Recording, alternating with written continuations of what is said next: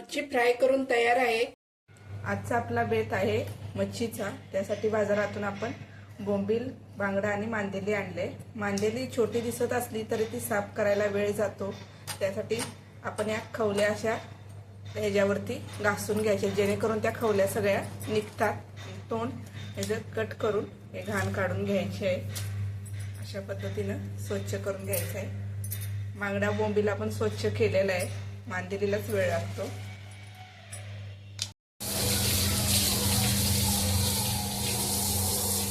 अशा पद्धतीने स्वच्छ धुवून घ्यायचं मांदेली।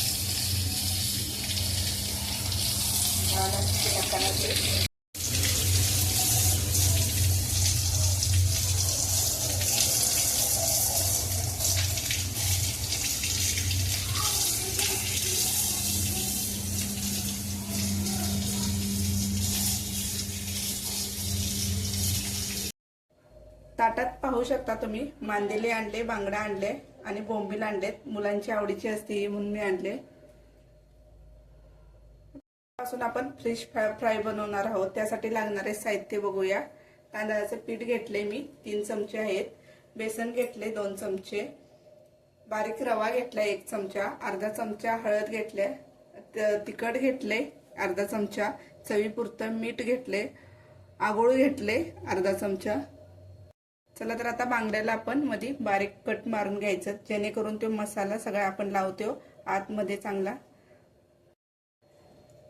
अशा पद्धतीने कट करून घ्यायचे। बोंबीलला पण आपण उभे थोडे काप मारून घ्यायचे अशा पद्धतीने।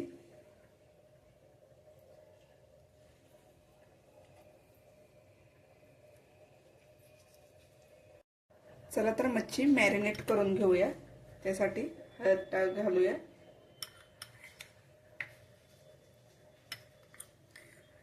लाल तिखट घेतलेलं होतं ते घालायचंय, चवीपुरतं मीठ,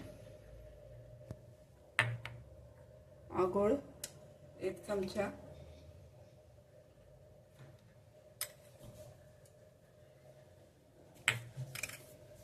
हे आता मिक्स करून घेऊया चांगलं।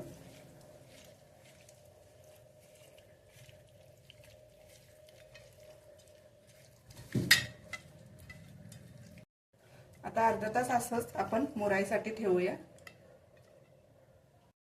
अर्धा तास झाला आहे। आता थोडंसं आपण ह्याला बेसन आणि तांदळाचं पीठ लावून घ्यायचंय।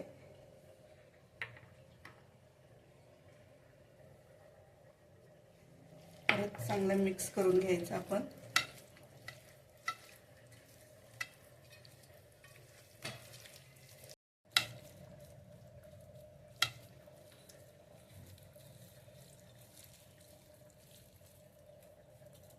मच्छीच्या आवरणासाठी आपण एका ताटामध्ये आता हे करूया। 3 चमचे तांदळाचे पीठ घेतले, 1 चमचा बेसन घेतले, बारीक रवा घेतलाय 1.5 चमचा, हळद थोडीशी टाकायची आणि मिरची पावडर घेतली, थोडंसं चवीपुरतं मीठ टाकायचंय आणि आता मिक्स करून घ्यायचं।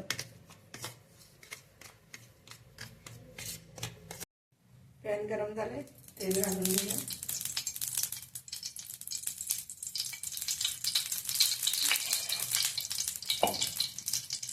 मॅरिनेट केलेली आहे, त्याला आता कोटिंग करून घेऊया।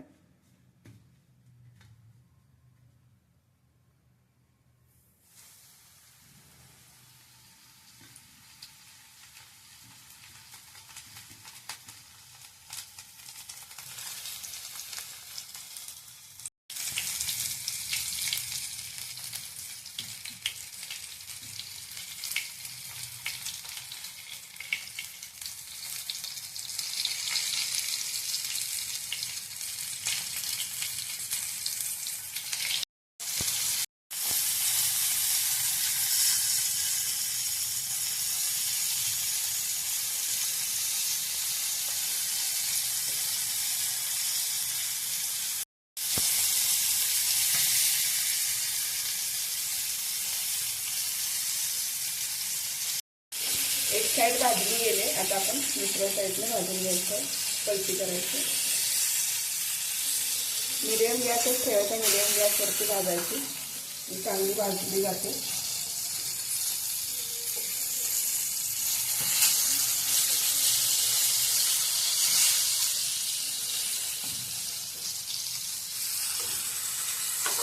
सुंदर असा कलर आलेला आहे, पाहू शकता तुम्ही. बांगडा आपला भाजून तयार आहे. आता बोंबील आणि मांदेली फ्राय करून घेऊया. कोटिंग मध्ये चांगले दाबले की मसाला व्यवस्थित लागतो.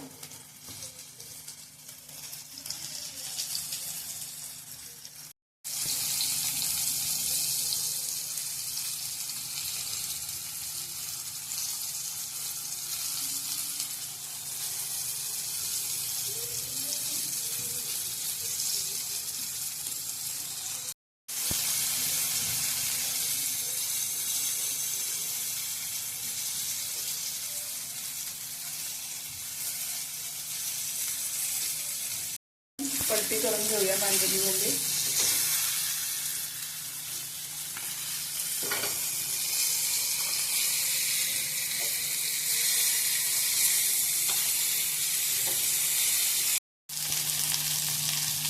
मांदेली आणि कोबी चांगलं खुसखुशीत भाजून झाले. आता आपण हे एका डिश मध्ये काढून घेऊया.